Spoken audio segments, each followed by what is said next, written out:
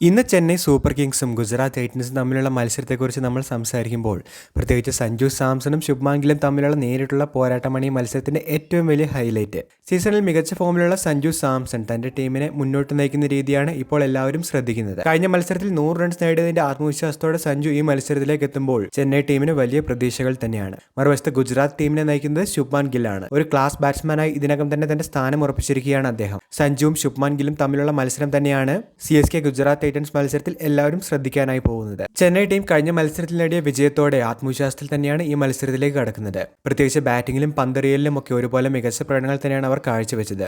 സഞ്ജു സാംസൺ തന്നെ ടീമിന്റെ ഇന്നിംഗ്സ് നിയന്ത്രിക്കുന്നു എന്നത് തന്നെയാണ് ടീമിന്റെ ഏറ്റവും വലിയ ശക്തി.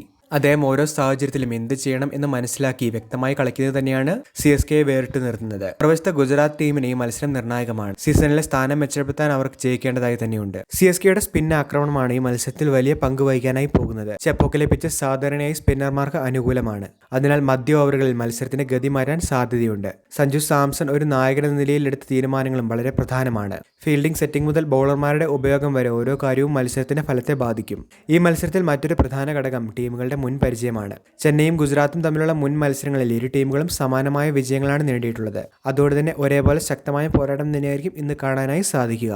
സഞ്ജു തന്റെ ഫോം തുടരുമോ അല്ലെങ്കിൽ ഗിൽ തന്റെ ക്ലാസ് തെളിയിക്കുമോ എന്ന് തന്നെയാണ് ഇന്നത്തെ മത്സരത്തിൽ ഏവരും കാത്തിരിക്കുന്നത്. സോഷ്യൽ മീഡിയയിൽ ഇതിനോടകം തന്നെ ഈ പോരാട്ടം വലിയ ചർച്ചയായി മാറിയിരിക്കുകയാണ്. ചിലർ സഞ്ജുവിനെ പിന്തുണയ്ക്കുമ്പോൾ മറ്റു ചിലർ ഗില്ലിന്റെ ഭാഗത്താണ്.